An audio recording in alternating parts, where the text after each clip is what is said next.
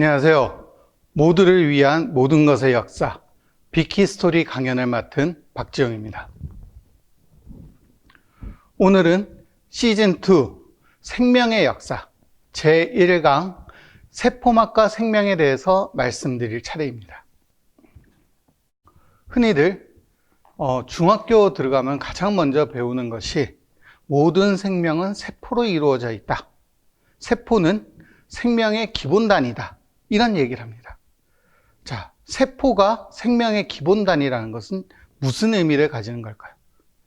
첫 번째, 세포가 생명의 기본 단위라는 것은 모든 생명들이 세포로 이루어져 있기 때문입니다. 지구상에 있는 어떠한 생물도 세포로 이루어져 있지 않은 생명은 없습니다. 이게 첫 번째 이유입니다. 두 번째로는 세포가 우리 몸을 구성하는 구조적 단위이기 때문입니다. 저 같은 사람의 경우 여러 개의 기관계로 이루어져 있습니다. 순환기관계도 있고, 그 다음에 소화기관계도 있고, 그 다음에 움직임을 담당하는 운동기관계도 있습니다. 이런 기관계들은 다시 여러 개의 기관으로 이루어져 있습니다. 소화기관계를 예를 들자면은 식도, 위, 소장, 대장 등이 소화기관계의 중요한 멤버들이죠. 그러면 이런 기관은 또 무엇으로 이루어져 있을까요? 위를 예를 들면은 위는 일단 움직이기 위해서 근육 조직이 있고요. 그 다음에 위장의 표면을 감싸고 있는 표피 조직이 있습니다. 그 다음에 위장에다가 혈액을 공급하기 위해서 순환기관을 담당하는 혈관이 있죠. 혈관 조직이 있습니다. 자, 그러면 이 조직들은 무엇으로 이루어져 있냐면 동일한 종류의 세포로 이루어져 있습니다. 즉, 근육 조직은 근육세포로 이루어져 있고 표피 조직은 표피세포로 이루어져 있습니다. 이런 식으로 뚫고 들어가 보면은 제일 밑에는 가장 기본적인 세포들이 여러 종류의 다양한 기능을 담당하는 세포들이 있고, 이 세포들이 모여서 조직을 만들고, 조직들이 모여서 기관을 만들고, 기관이 모여서 기관계를 만들고 마침내 하나의 개체가 되는 것이죠. 이런 구조적 기본 단위가 바로 뭐냐? 세포라는 얘기입니다. 세 번째로 세포는 기능적 단위이기도 합니다. 우리 몸이 제대로 움직이기 위해서는 여러 가지 호르몬도 나와야 되고, 그 다음에 두 번째로 소화효소와 같은 외분비액도 나와야 됩니다. 또한 마찬가지로 전기 신호도 전달해야 되고, 여러 가지 다양한 기능들이 필요한데, 이것을 누가 하냐면은 모두가 세포가 하는 일입니다. 즉, 우리 몸에서 필요한 무슨 인슐린이라든가 아니면은 에스트로겐 같은 호르몬들은 다 그것을 분비하는 곳이 어디 있냐면 세포에 있습니다. 그 다음에 근육이 움직이기 위해서 무엇을 해야 되냐? 근육이 수축을 하고 이완을 해야 되는데 이것도 무엇이 기본 단위냐면은 세포가 기본 단위에서 움직입니다. 즉, 우리 몸이 살아있기 위해서 하는 여러 가지 다양한 기능들은 모두 누가 담당하냐면 세포가 담당하는 것이죠. 네 번째로 세포는 그 자체로 생명 활동을 하고 있습니다. 자, 우리가 살아있기 위해서 해야 될 걸 생각해 보시죠. 먹고 소화시켜야 되고, 호흡을 해야 되고, 움직여야 되고, 그 다음에 우리 몸의 체온이나 이런 걸 일정하게 유지해야 되고, 배설을 해야 됩니다. 그런데 세포 하나하나가 이 모든 기능들을 다 하고 있습니다. 각자가. 즉, 우리가 살아있기 위해서 하는 모든 기본적인 일들을 세포도 동시에 하고 있다는 것이죠. 그런 의미에서 세포는 그 자체로 살아있는 생명이라고 볼 수 있습니다. 이렇게 크게 네 가지 이유로 우리는 세포가 생명의 기본 단위이다 라고 말씀을 드릴 수가 있습니다. 그런데 이런 세포를 세포이게끔 해주는 가장 중요한 요소 중에 하나가 무엇이냐면은 세포막입니다. 영어로는 셀 멤브레인이라고 얘기를 하죠. 세포막은 기본적으로 이중 구조의 인지질이 있고, 그리고 그 인지질 사이사이에 막 단백질이 박혀 있는 모습으로 이루어져 있습니다. 이 인지질의 이중막은 흔히 두 가지 종류로 이루어져 있는데요. 하나는 포화 인지질이고 또 다른 하나는 불포화 인지질입니다. 흔히 우리가 포화지방산, 불포화지방산이라고 부르는 지방산이 바로 그것입니다.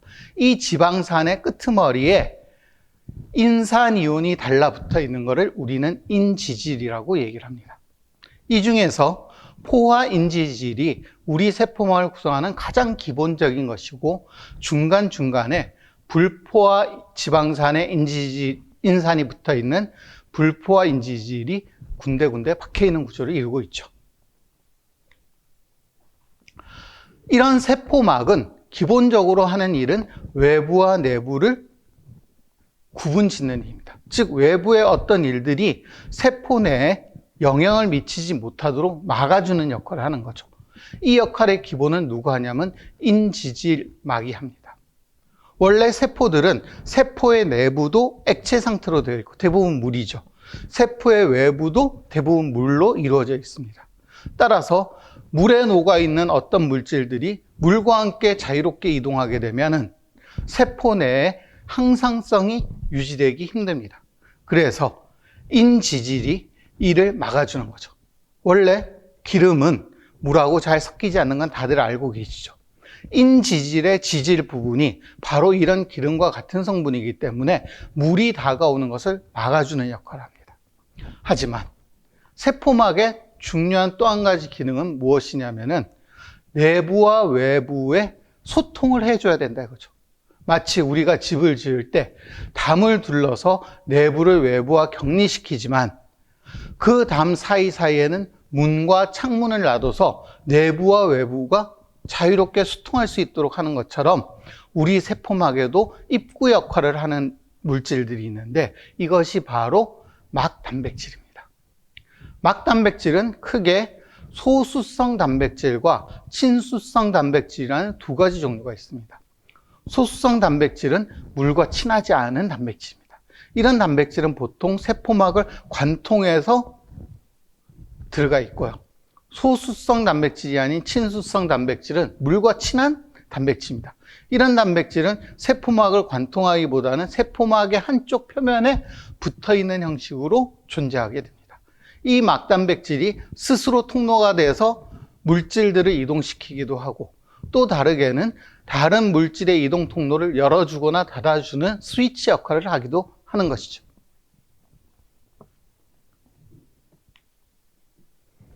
자, 그러면은 이제 세포막을 통해서 물질이 이동할 때 어떠한 방법으로 이동하는가를 알아보겠습니다.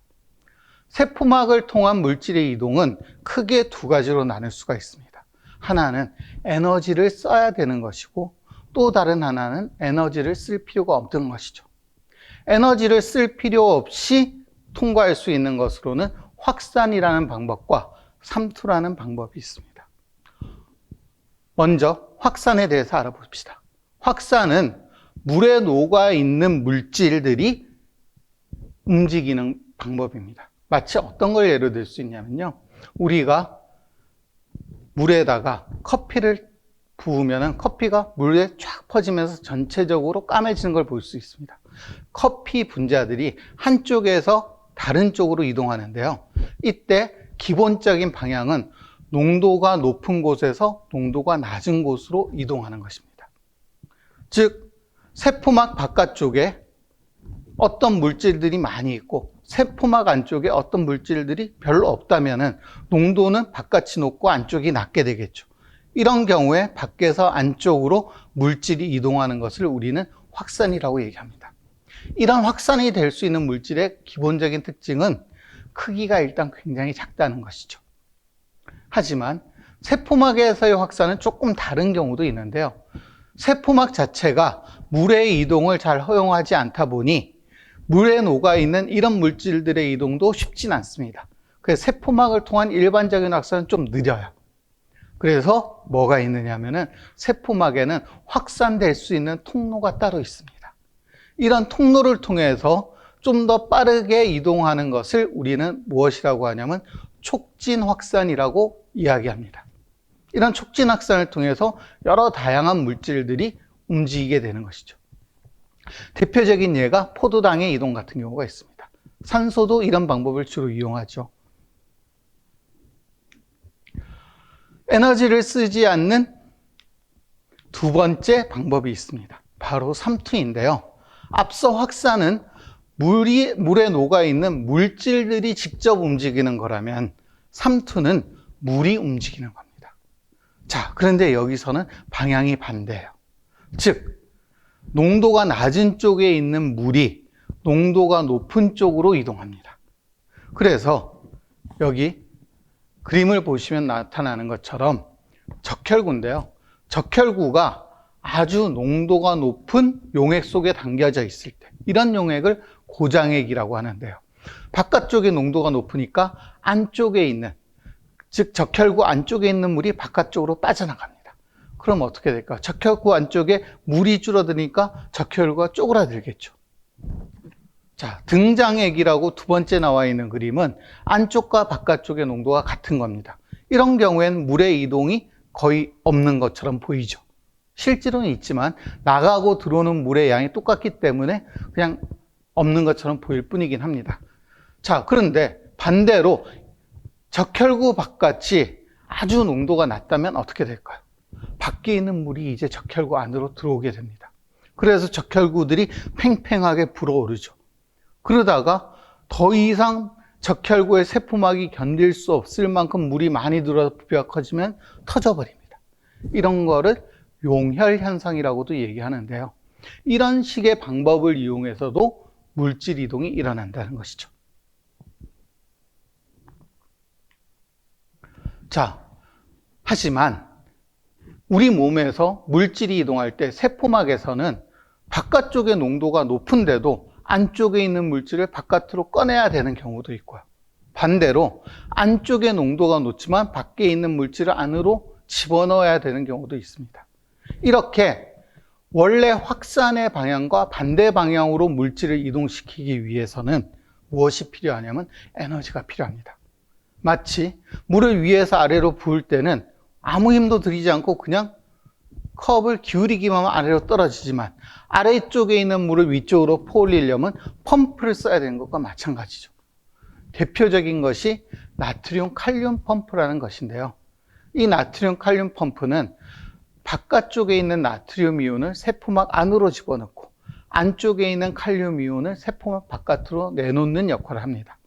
그런데 문제는 세포막은 항상 안쪽에 나트륨 이온의 농도가 높고 바깥쪽에 칼륨 이온의 농도가 높습니다. 그래서 이게 움직이는 방향이 확산의 정반대 방향이 되는 것이죠. 그래서 이 경우에는 뭘 해야 되냐? 펌프를 써서 움직여야 되고, 이때 펌프를 돌리는 에너지를 무엇으로 이용하냐면 ATP로 이용하게 됩니다. 자, 그런데 세포막을 통해서 움직일 때 또는 세포막에 박혀있는 막단백질을 이용해서 물질을 이동시킬 때 한 가지 제한이 있습니다. 크기가 작아야 돼요. 포도당 정도의 크기까지는 이게 이동이 가능합니다. 그런데 단백질 정도가 되면은 이동이 불가능합니다. 즉 움직일 수가 없는 거예요. 세포막을 통해서는. 마치 어떤 상황이냐면은 이사를 했는데 문을 통해서 또는 창문을 통해서 농을 들여넣어야 되는데 문이나 창문보다 농이 더 큰 경우가 되는 거예요. 결국 이때 어떻게 해야 될까요? 정말로 필요한 물건이면 벽을 부수고 들어가야 되는 거죠. 바로 이런 방법을 쓰는 거를 외포와 내포라고 이야기합니다. 대표적인 경우가 우리 몸속에서 호르몬을 분비할 때입니다. 호르몬 중에서 일부 호르몬은 단백질로 이루어져 있습니다. 인슐린 같은 경우가 대표적인 거죠. 근데 앞서 말씀드린 것처럼 인슐린은 어디서 만드냐면 세포 안에서 만들어져요. 세포 안에서 만들어진 인슐린이 세포 밖으로 나가야 되는데 덩치가 너무 커서 세포막을 통과할 수가 없는 거죠. 그럼 어떻게 해요? 세포막을 쪼개야 됩니다. 그래서 세포막 자체를 쪼개고 바깥으로 꺼내는데 이런 것들을 외포라고 얘기를 합니다. 반대로 외부에 있는 중요한 물질들 중에서도 크기가 큰 물질 안으로 집어넣어야겠죠. 이런 경우를 뭐라고 하냐면 내포라고 얘기합니다. 이 두 경우 다 세포막 자체가 찢어지고 붙는 과정을 통해서 이루어지게 됩니다. 대표적으로 신경세포의 축색돌기 말단에서 시냅스라고 얘기합니다. 그 부분을 신경 전달 물질을 분비하게 되는데요. 이 신경 전달 물질이 아세틸콜린이나 아드레날린 또는 노르아드레날린 같은 건데요. 얘네들이 덩치가 큽니다. 그래서 채널을 통해서 이동할 수가 없어요. 그럼 무엇을 통해서 이동하냐? 방금 말씀드린 외포 현상을 통해서 이동을 하게 됩니다.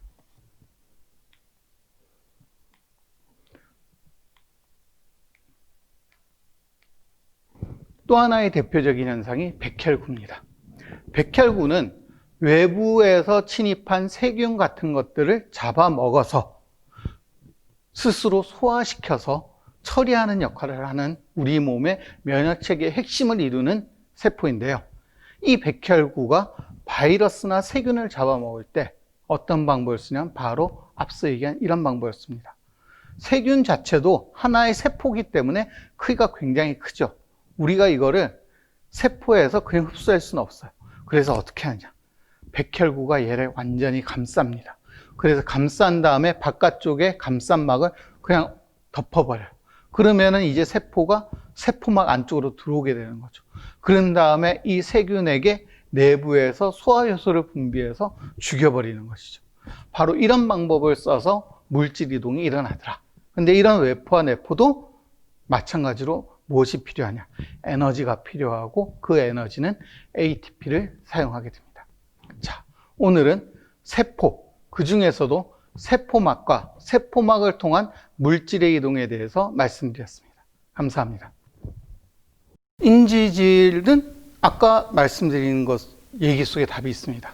아까 인체 내에서 하는 모든 생명활동은 세포에서 이루어진다고 했죠. 그럼 당연히 인지질도 어디서 만들어지냐면 세포 안에서 만들어집니다.